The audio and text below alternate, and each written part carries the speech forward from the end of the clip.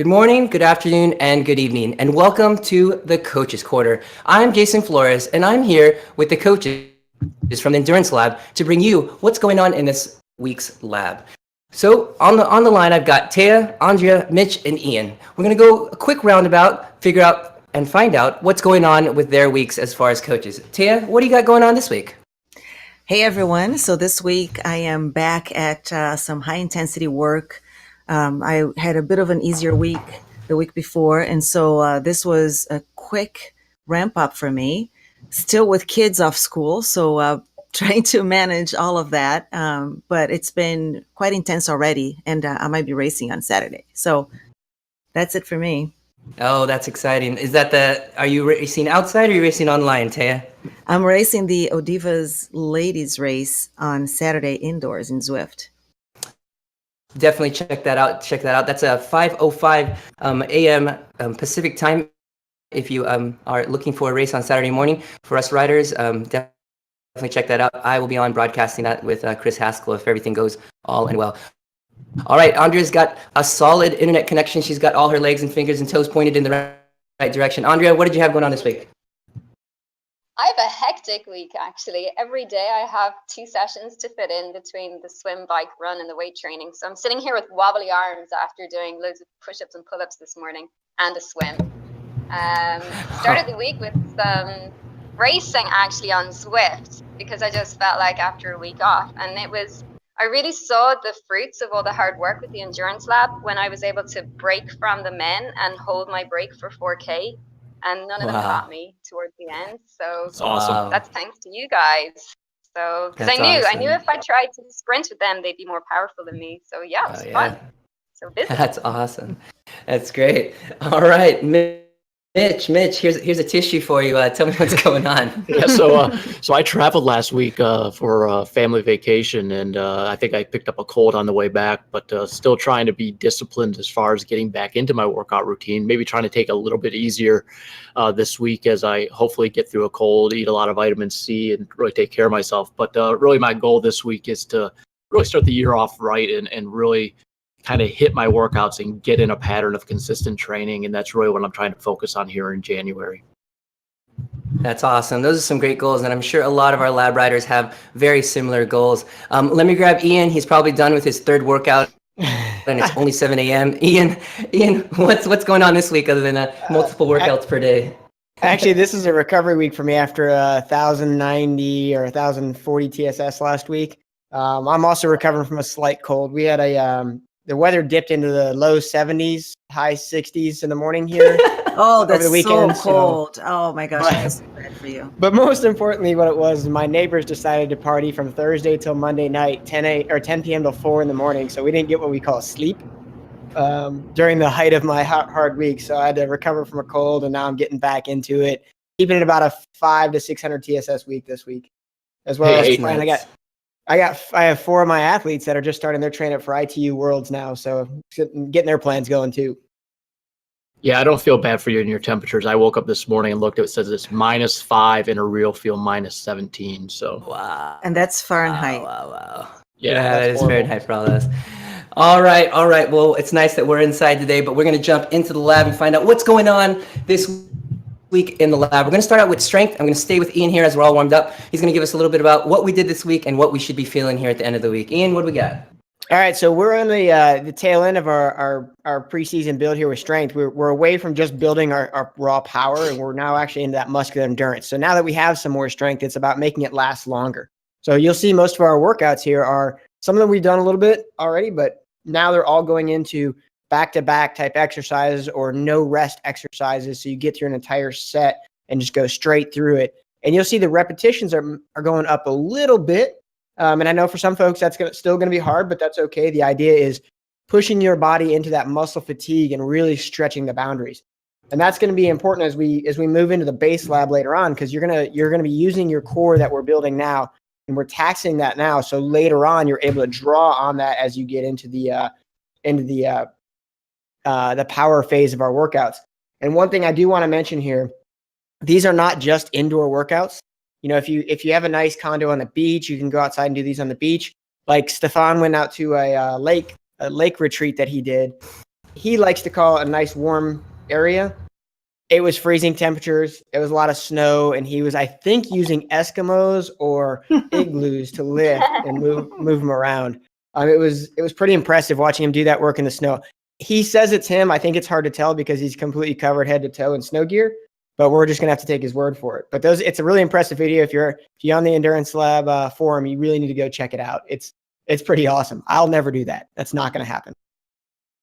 Yeah, definitely keep an eye out. Stefan's really got his streaming game up and going too. So we've got another one to share the pain with all of everybody as he goes on live. So definitely look at that. I know he does a lot of rides with Mitch as well for the Euro decaf ride. So definitely check that out. It's the cool part, Jason, with his streaming, they're on that 360 cam, so you can move it around on YouTube. And you can you don't have to watch him. You can just check out the cool things he has in his basement. No, I know. He definitely has an envious room. As far as on strength, I'm still on the 2-a-day workouts, and it's funny because I'll finish the workout and be like, yes, I did well. And then by lunchtime, I'm like, I can't really move very well anymore.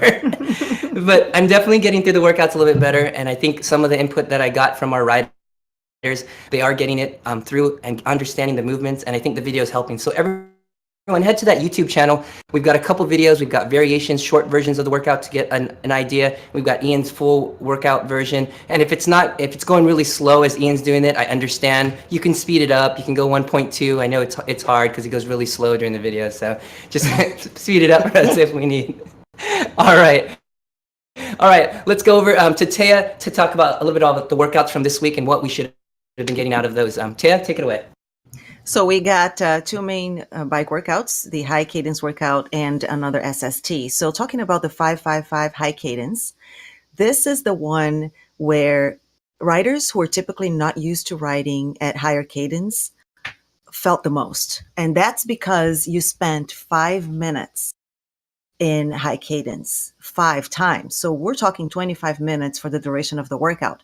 You did have 5 minutes rest in between, which is plenty, but still it is higher volume in high cadence that most people are used to. So I got a lot of comments and saw also on the forum that people had a hard time with this one, particularly, like I said, the ones who do not usually ride at higher cadence.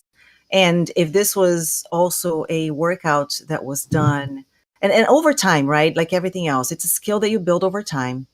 I remember the first time I did this workout and it felt quite hard, but I've been working a lot on high cadence myself. And now it was for example, yesterday when I did this one on the workout module. And by the way, we had many riders from the Endurance Lab join, which was excellent from Europe. We had Lise and Tom side by side joining in. We had Michelle. And so for me, it was my second workout of the day and it felt just fine. So just keep that in mind is something to come back to from time to time. And I think even Andrea had some experience with that in doing that workout after a run, right, Andrea?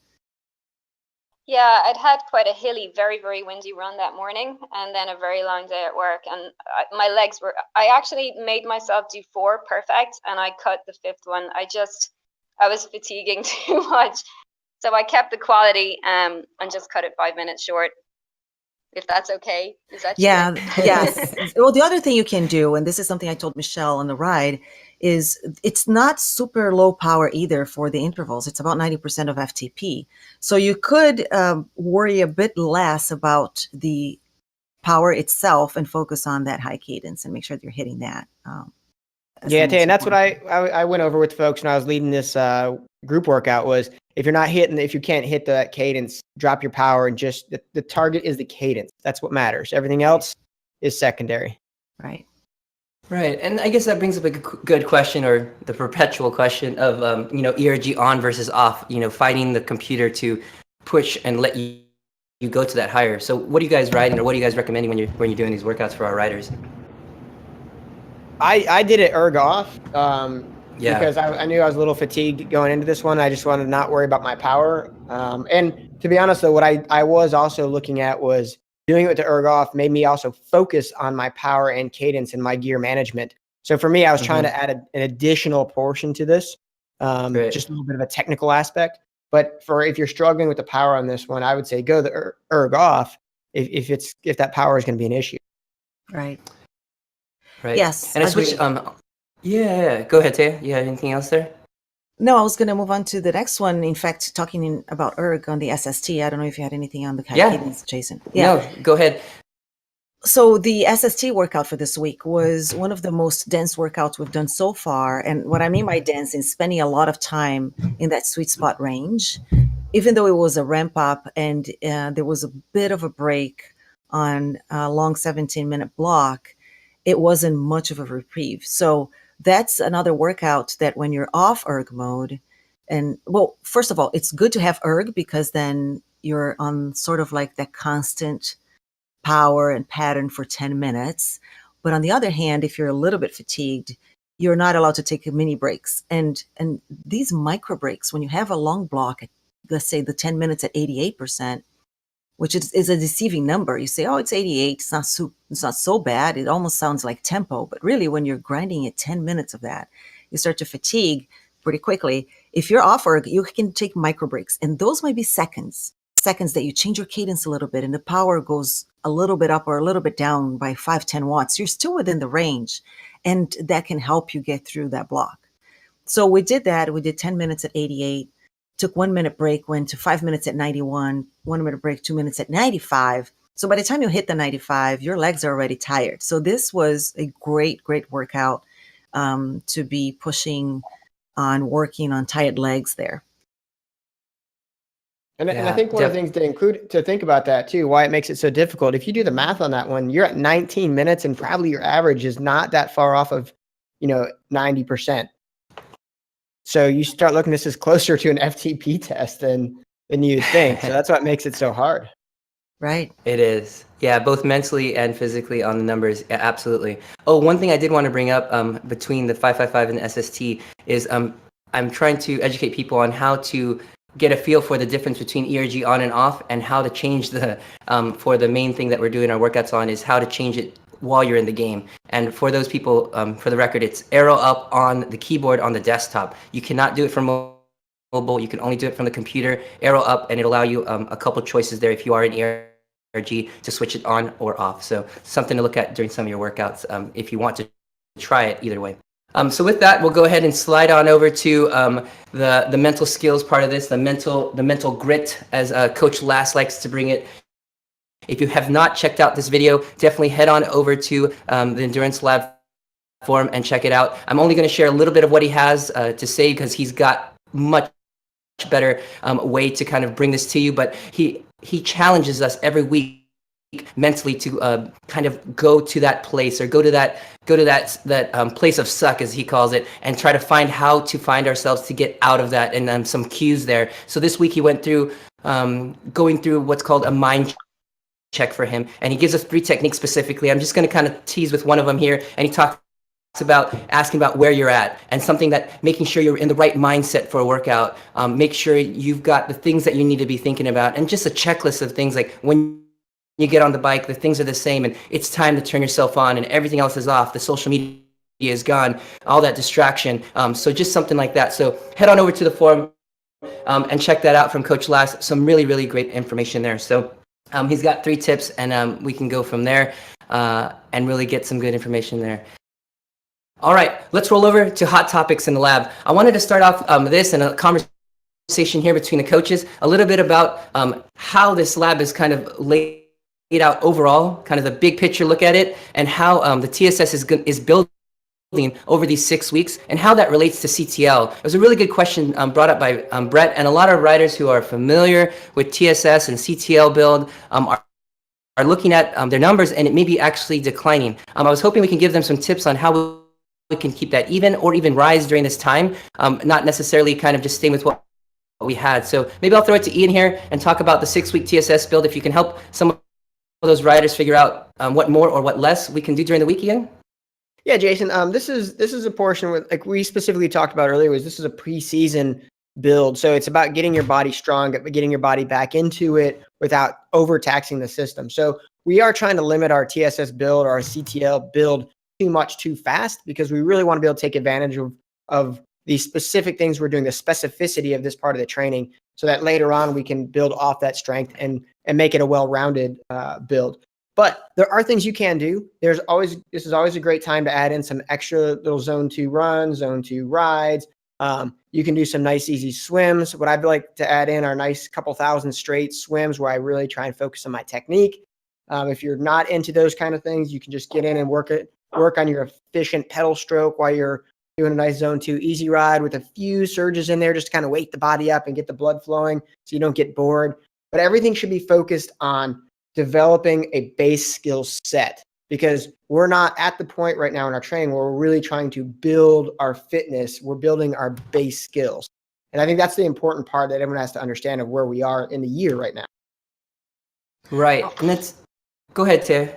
I'll add to that too, to say that even though, if you have your Training Peaks Premium and you're looking at your charts and you're looking at your numbers and you're seeing the line sort of going down in CTL, but really what is not being reflected in that graphic and that number is all the work that you're doing off the bike. You're doing all the strength work. There's cost and fatigue that goes into that, right? So you are not high intensity on the bike, but you have all these other things that you're working on that's taking a toll on your body as well. And really, this is the time of the year that you can, quote unquote, afford to spend time building the skills, building the strength of the bike. Because later on in the year, if you're close to your events, you are not going to have much time to do it. So the goal is, as you're working with structure and you're always building skills. So it's not that you're just taking intensity down and watching TV for the rest of the time. You're continuing to build skills to become a better cyclist. That's exactly. And that's a good point. And that goes on to our second point here, where you may see kind of your TSS level out, whether it be, that 300 level, that 400 level, but it would be different if you were just not riding or not doing structure or not doing stuff off the bike. So again, those numbers don't show exactly what's going on. But for those who are on the basic plan, you're just looking at even numbers across the board and making sure you're getting that the TSS stress at the end of the week, that summary number or that total TSS per week, either even or slightly increased from the week before. But we're looking at small amounts. We're looking at anywhere from 25 to even up to 50 at the most, adding those zone 2, just in this base period, just because we're doing so much other stuff off the bike. So the things to look at, like we had that post in the forum, we were looking at TSS per workout and intensity factor per workout. And then also I wanted to add looking at the TSS per week, that total number, and kind of getting a gauge for anywhere from basic or even to our premium members on Training Peaks, understanding that small build over time and understanding what that TSS feels like every week. Because as we go on into the programs, it's going to be important to see what a 400 feels like, what a 300 feels like, what 1,000 feels like for some riders, and finding out that even point. So even though the numbers may look like they're decreasing for our premium members on the CTL, but overall we just want to make sure that stress stays even and that we're kind of just gaining on the structure side. I'm going to pass this on over to Taya, and we're going to talk about Training Peaks Premium and the things that we should look at and what benefits we have there. Taya, tell us a little bit about that premium service that we're talking about. So one of the questions that I received, that we received on the forum here is, as an athlete, I have a basic Training Peaks account. Should I be going for a premium account? And what's the advantage of doing that, right, as an athlete? And so the premium account obviously will provide with much more data. And the thought here is you have to crawl before you walk, you have to walk before you run, etc. So at first, having the basic account is great and looking at those numbers that Jason just mentioned. But then once you get access to premium, the good thing about it is, I think, from two perspectives. One, you can see your single workouts that you do. There's a nice graph that you can see per workout to see how well we hit the targets. You can see your cadence in each one of them. And you can see how the stress score is for that particular workout, but also throughout the week, what that adds up to be. And you can enter in other metrics such as nutrition. How well did you eat? How well did you sleep? Did your legs feel fresh, etc. So that over time, you're going to start to see a pattern and learn more about yourself as an athlete and put the pieces of the puzzle together. Because of course, it's not just about the watts. It's about the athlete as a whole and everything else that you have going on. So perhaps you didn't do well in the workout, not because you're fatigued in your legs, you're fatigued in your mind because you have other things going on. And then once you start to get more seasoned with that from a premium account, you're able to look at the bigger picture on training load for the week. What's your freshness over, after 3 or 4 weeks of intense workouts? And you learn to read those numbers a little bit more. And then you can get into some planning. Oh, I want to do a race or two. And how do I plan my races? Now, this is something that takes quite a bit of time to understand and be able to plan out. At the beginning, you might need help understanding.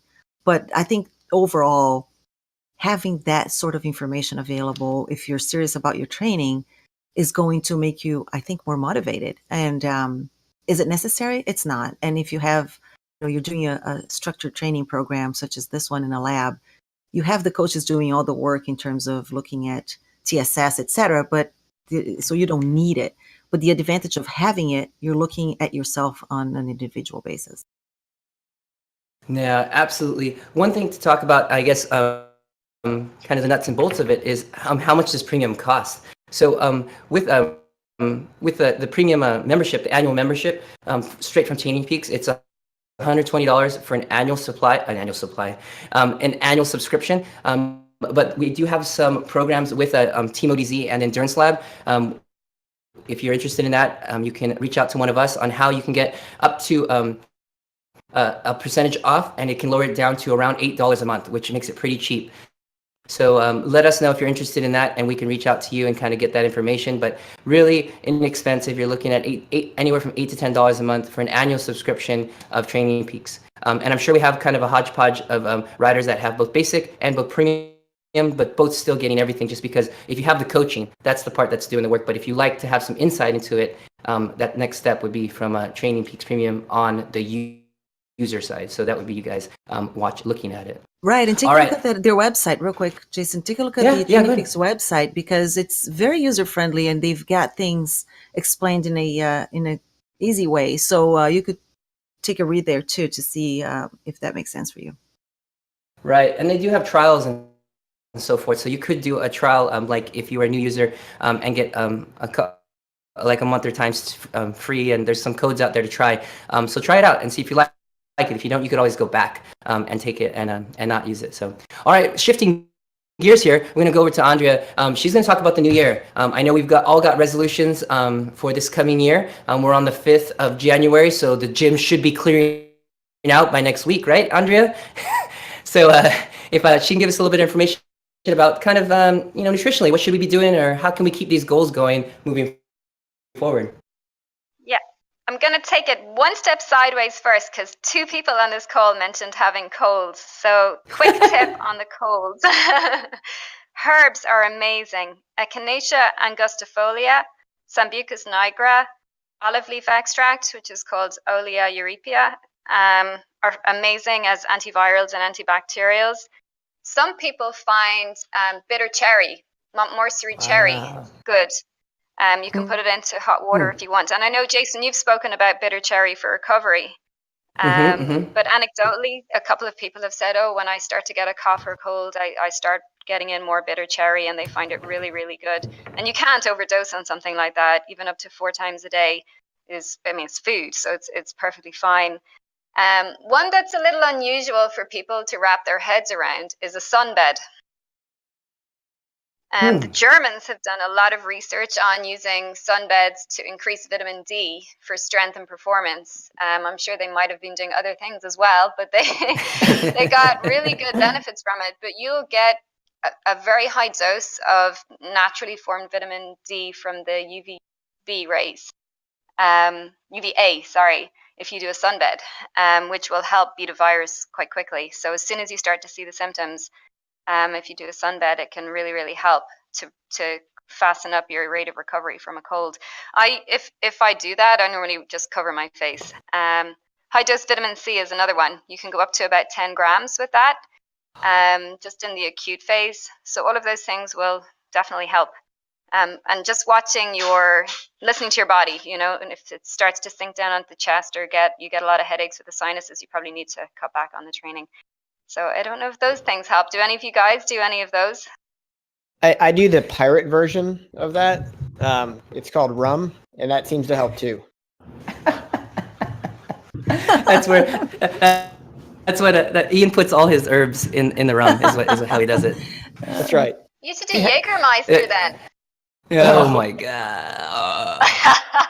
Remind me sometime of my The- Jägermeister story. Not involved drinking it, but finishing a half marathon. Oh my gosh. Our go-to here in the Flores household is take vitamin C till your poop goes soft. Yeah. Oil of oregano herbs and echinacea are kind of our go-to, and it's really helped, I would say, over the last 4 or 5 years. And it's been safe even for my toddler at 5 years old. A small dose has really helped, and he's just getting a better understanding of we're not needing to run to grab antibiotics or getting something to help the symptoms, and really getting down to understanding what can help us. So really good to kind of dig into that, and you can go back and listen to all the little herbs that she mentioned, and Andre's got a really good resource there as well. So, you had a second topic oil as well, of right? Starting oregano. at the new year? Yeah, so now is a really good time to do a bit of an audit on where you are. So a lot of athletes, even the professional ones, never get blood tests done, and I feel they're really, really important. And things I'd be asking for in a blood test would be to get a baseline of your vitamin D, because I know a lot of people take vitamin D supplements, but some people are naturally high and some people are very, very low. Some people shoot up really quick on a supplement and others are really slow responders. So it's quite important to know where your level is. In Ireland, I've noticed that people that carry the hemochromatosis gene, which is common here, or a redhead, tend to have naturally high vitamin D for whatever reason. We definitely don't get much sunshine here. The next one to look at is your vitamin B12 and your ferritin. And these are often missed off of a standard blood test. And they're so important for all of your oxygen dynamics to help all of the work that you're doing on the bike. You're sort of shooting, every lab has a different normal range, but you're shooting for B12 midway between the bare minimum and the maximum. You want it at least halfway for optimal. And for ferritin, for an athlete, you're shooting for at least 65 to 80. I think that's nanograms per mil. Nanograms, right. A lot of doctors won't diagnose a deficiency until you're on the floor, and I feel that that's too low for an athlete. You start to notice symptoms. Then you're getting your standard iron, red blood cell, white blood cell differential. The white blood cells can get impacted by heavy training or viruses or infections, so it's important to keep an eye on those. Liver function tests, thyroid, and your hormones. And if you're unsure of reading the tests, I'm sure I'll help people out if you want to chat away about it on the forum. Because I've just found in the medical world, a lot of things get missed. Next one that everyone wants to avoid after Christmas is getting your body comp assessed. Your weight tells you very, very little compared to finding out what your actual body composition is, because as your season progresses, you want to make sure that you're holding your muscle mass and you're reducing your body fat. And the good thing is everyone here is doing strength work, so there should be improvements to that. I would recommend bioelectrical impedance, which can also give you hydration stats. DEXA, BODPOD, or a skin calipers will tell you about what's going on the surface, so that will also work. So that's your start, and I would recommend getting that done maybe every 2 or 3 months. And focusing on that almost more than the weight on the scales, because this is really valuable information. Then looking at your nutrition, and you need to take a really good, honest look at where you are and where you can improve, and set yourself weekly goals, just small, manageable, consistent goals. And a lot of people's issues are around time, preparation, and making it a priority. So have a look at where you are and where you can improve. And your main goal is to keep foods as natural as possible, and most people can do with improving their vegetable intake. And then maybe upskilling, getting better at cooking stuff, preparing stuff. We were talking about the portables, Scratch Labs portables recipe book, which is a great one if you're using a lot of pre-made nutrition on the bike. Maybe start making your own, and that way you're actually not only getting calories and energy, but you're getting in goodness at the same time, which is important. Having a look at your sleep.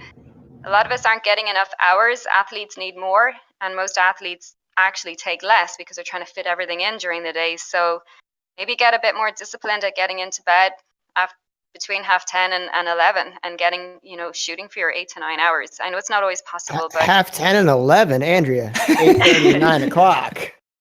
Yeah. We're terrible. In Ireland, we're the other way around. We're so bad because it's dark here until 9 in the morning. But yes, whatever way it works with your clock. So working on your sleep.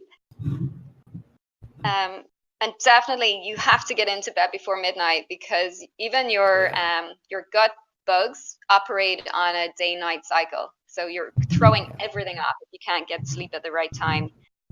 This is going to be challenging. I don't know if we've any shift workers or people that might be doing crazy hours where they're doing night work and that's shifting around with morning work, but that can have a significant impact on your recovery, your health, and your performance. So sometimes you might need to adjust your workout plans to let yourself get the recovery. Focusing on recovery, and then honesty. Looking at how you're going to track all of this and creating some structure. There's just a couple of tips. I don't know. Does that resonate with anyone? Oh, definitely, Andrea. I mean, I'm kind of in that evaluation phase. My season for triathlon came to a screeching halt due to a running injury last year, and kind of like put on the pounds as the year went on, and really in that phase right now where I'm trying to improve my diet and recognize that sleep has always been a scarce commodity in my house, and really all these things that you're saying are speaking to me. And what I actually find really fascinating is the next two subjects we're going to talk about, and what you just spoke about and what Taya spoke about. They all go together, right? You just talked about tracking everything, and what Taya talked about with Training Peaks is a great way to do that. And we're going to talk about cold and flu season, and so many of the things you're talking about dovetail into how do you stay healthy. So I think it's awesome. Yeah. Actually, something interesting that we're starting to do in our house, because Garen is racing Kona this year, and I've got him, we're starting to track his heart rate variability, and he's going to be getting, once it's released, it's called a core sense. So it's like a finger heart rate variability monitor. It doesn't require any straps or actually putting on, your regular straps, so that he can just do it every morning. And Training Peaks, you can load that into Training Peaks. So we're trying to have a look at how his recovery may be impacted on the days he's doing longer hours, or he might have a lot of driving, because these are the things that throw everything. It's life. So we're just going to see how that is impacting everything else, because Training Peaks is super for looking at all of our scores, but it can't measure for life. Yeah, I mean, that's a great comment. I mean, I read an article earlier in the week that was really talking about the difference between age group athletes and pro athletes, and remembering that pro athletes, we want to mimic them and we want to try to be like them.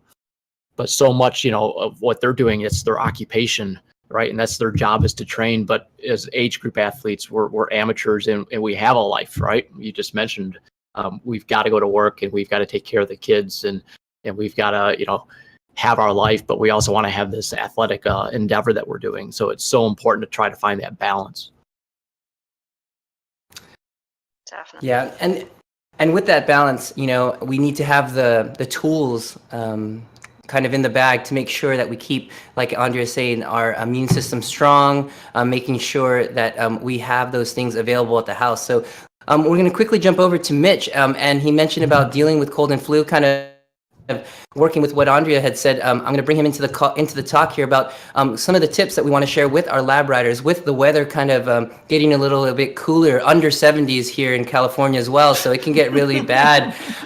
So Mitch, tell me, how am I not going to get sick with all Arctic weather here in California? Yeah, so I mean, I think the key thing to remember is that we're all going to be exposed in the northern hemisphere. Everyone's got their cold and flu season, and when it's cold and flu season, you're going to be exposed. So you got to really start thinking about prevention, and you've got to start remembering, especially as we get into more intense workouts, that there's a period of time around your workouts where you're more susceptible. So if you're doing a real tough, challenging workout, from 3 to 72 hours even, your immune system can be a little suppressed, and you can be more susceptible to picking up a cold. So what you want to do is really think about prevention and being hyper vigilant this time of year.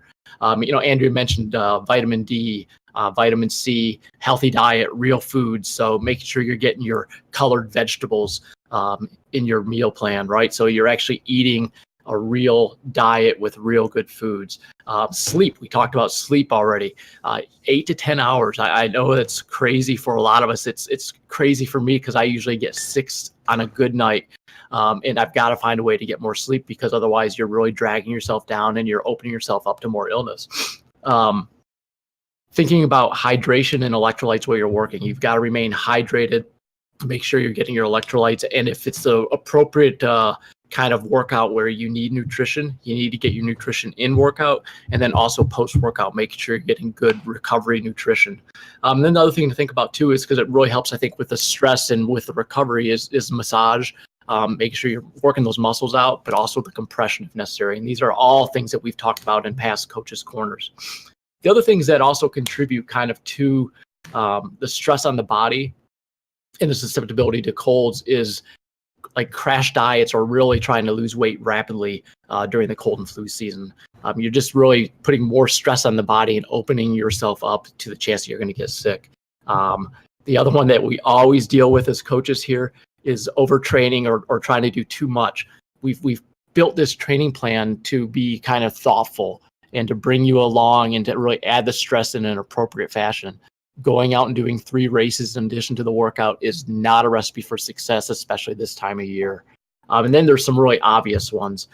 Stay away from sick people. The next one here, or next couple, are my wife's favorites, which is wash your hands frequently. You're out to eat and you touch a menu. I've read that menus in restaurants are some of the dirtiest things possibly you can touch. No one in my family does anything after they order their food except clean their hands. But the other thing, which is my wife's biggest pet peeve about me, is don't touch your face, your eyes or your mouth. You're touching things nonstop with your hands, and we're always rubbing our face or our eyes, and you're just moving those germs to your face where you're going to get sick. And really, don't be afraid to be the freak like I am on the airplane. I roll in, I sit down, I put my backpack away, I pull out my wet wipes, I clean the arms of the chair, I clean the table. We do too. Yeah, we brought bleach wipes on airplanes before. So, and then the parent life. Yeah, the overriding parent life. The overriding theme here is reduce your stress this time of year, and that goes into what we're talking about with the training plan, right? We've reduced the stress in some fashions. We're adding strength, but we're going to ramp into the season. So take advantage of this time of year, work on your drills, work on the things that are going to make you a better, more efficient athlete. And the stress is going to come as the season continues. Then, really quick, and we can talk about this more in the future if we want, but there's just a real general rule of thumb. If you're sick above the neck, it's okay to work out easy. Some people would say that you should really keep it in zone 1, zone 2, really kind of take that by how you feel. But you need to dial back a little bit if you're dealing with like a head cold. And if it's below the neck, so if it's in your chest or in your throat, you really need to just rest.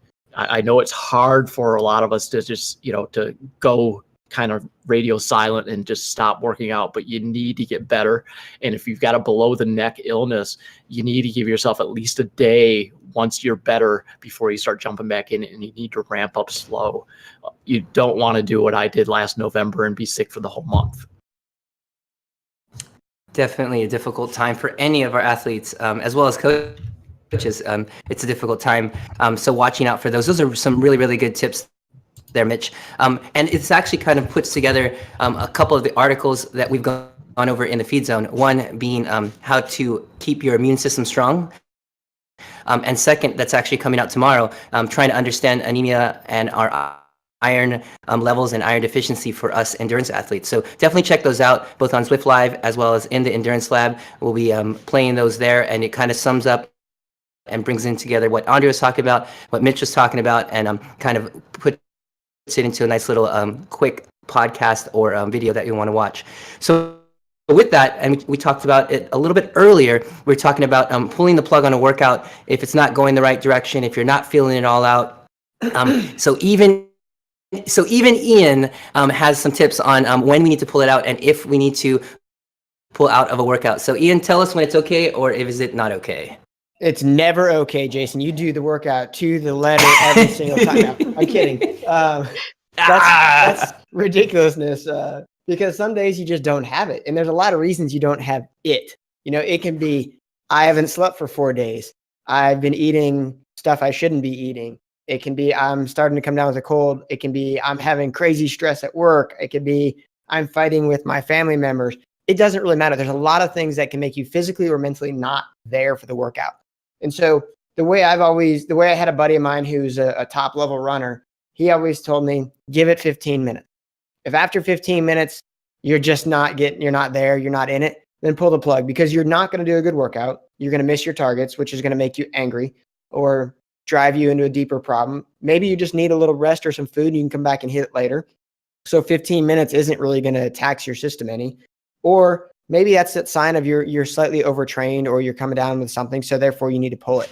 And that 15 minutes gets you past that initial workout phase. It gets you into that point where the blood flow is going or should be going.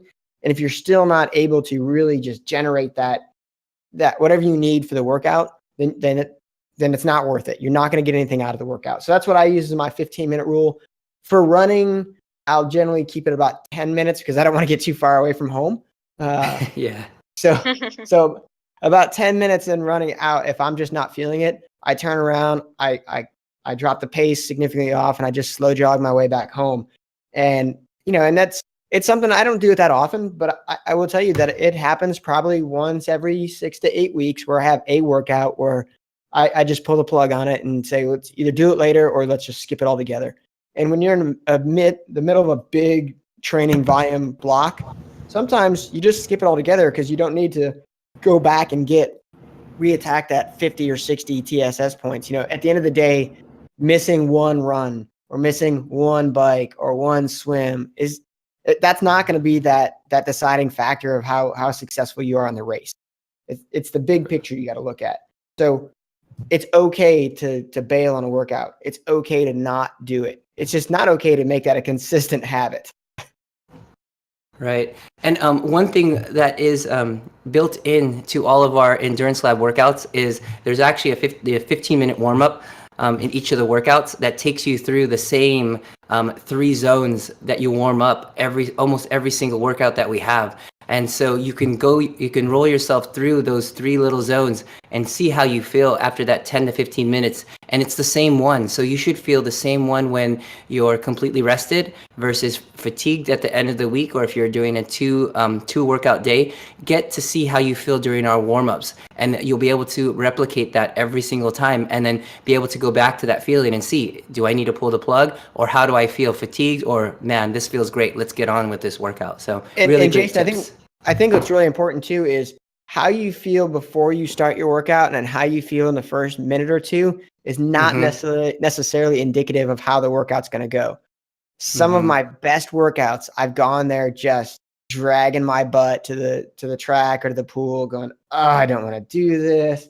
I hate this. Why am I out here? I don't want to be even out of bed yet.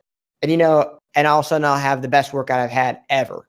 And I'll set all kinds of, PRs for that block, or even LifeWise. So like I said, that first 10 to 15 minutes, you gotta give it that 10 to 15 minutes. Because if you don't, you may be pulling the plug when your body just needed a little bit of warm up time. Yeah, some good points. I know we had one more thing on Ian's talk here. He wanted to tell us a little bit about how to get through that long laundry list of combination exercises, as it just kept scrolling, and I thought I was at the end and I wasn't. So tell us, Ian, how can we get through this, and what is it doing for us and for the overall big picture? Yeah, so when you approach the combination exercises, you have to approach it like one of these one of Taya's famous 27-step SST blocks. You have to take it in a measured perspective, in a measured way. If you have 15, 20, 10, 50, whatever the reps are, you do not want to start out the combination exercise workout like a crazy person. You want to start out measured. You want to start out understanding that you need to be able to put out the same level 30 minutes from now or 25 minutes from now. So there's no reason to try and knock out your 15 or 20 reps as fast as humanly possible, with throwing out as much power as possible in the first minute or two. So as you see this is part of what we're doing. This muscular endurance, muscular fatigue is trying to teach your body to endure and last that whole time, that whole 25 to 35 minutes, because it does you no good if you have great 5-second power if you can't get to that 5-second power point at the end of the race? And that's what we're really doing with these combination exercises. We're developing that core capability, that full body strength capacity that is going to last you through that big enduring time of a race or an event when you need that to get to that point where you can unleash your 5-second sprint or your 5-minute attack like Andrea did, smoking all the guys in that race. That's where you need to get to with that. And that's what these combination exercises are going towards. So it's that steady pacing, that moderation of effort, that you're not just blasting it all out right from the gun. Absolutely. So take your time, get your pacing right. Just with any workout, making sure you get that right is really, really important. All right, we're going to move over to the lab rat of the week, and I'm going to have Taya bring it into us. We've got a really keen, I guess, appropriately said, a really keen lady that we've got in the lab, and she's got a really great story. So Taya, take it away with our lab rat of the week. So our lab rat of the week is Maggie Keene. Maggie has been, I'll tell a little bit of her progress here. So she's been very engaged in the forum and the lab every week, really. And the highlight here for her story is at the beginning of the lab, she mentioned how the strength workouts were very foreign to her. They were, many of them were completely new. So having every single workout be so different than what she was used to doing before was something that made her feel like she wasn't improving per se, because this is something, of course, if it's new, right, you don't do them very well probably at the beginning and you don't have anything to compare it to. And but she had in her mind that she really wanted to incorporate the strength workout into her overall routine. And so she welcomed the exercises and persevered through the workouts, and including, the fact that at the beginning she mentioned the repetitions were a bit fast for her, and etc. So she was sort of taking it at her own pace and making the modifications. And as more videos were added on with modifications, she went on with those. And at this point, she has been succeeding and doing great with the strength workouts. So kudos, Maggie. It's been, you've been doing it all the right things. You adapted to what you're used to doing before and are able to make progress with those off the bike workouts.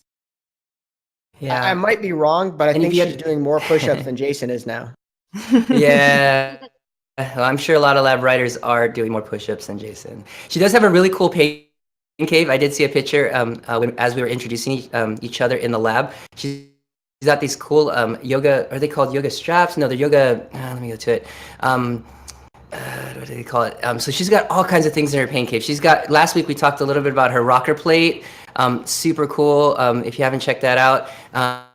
And I'm also talking about something hanging from the ceiling that you could do yoga on. I've never done it, but I think it's super cool. She's got like a big, huge punching bag in the back. So definitely, taking some pride in that pain cave, like we all do, kind of having our little space to go to. That's a great job, Maggie, and congratulations. So keep up the good work.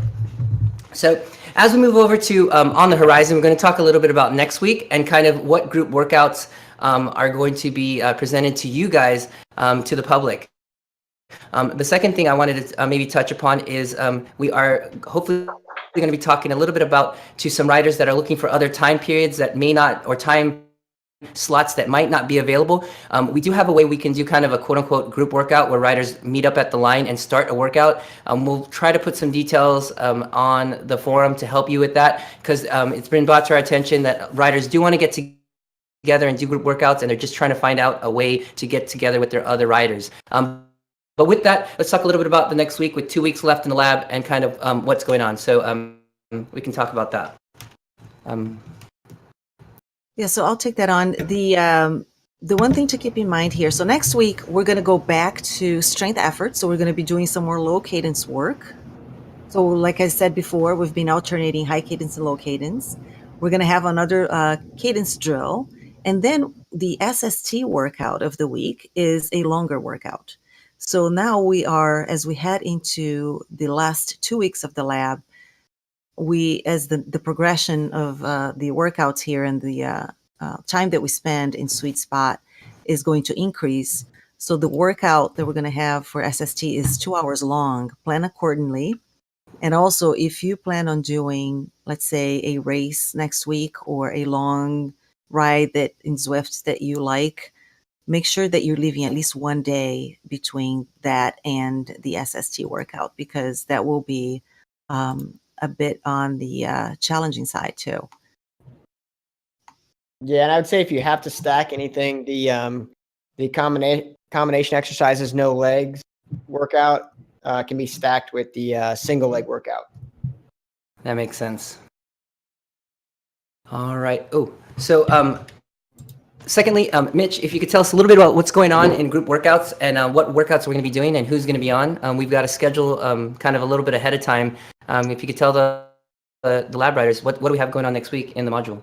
Yeah, sure. So on Tuesday at 5:30 in the morning Eastern time, I'll be leading Strength 214 in the group workout module on Zwift.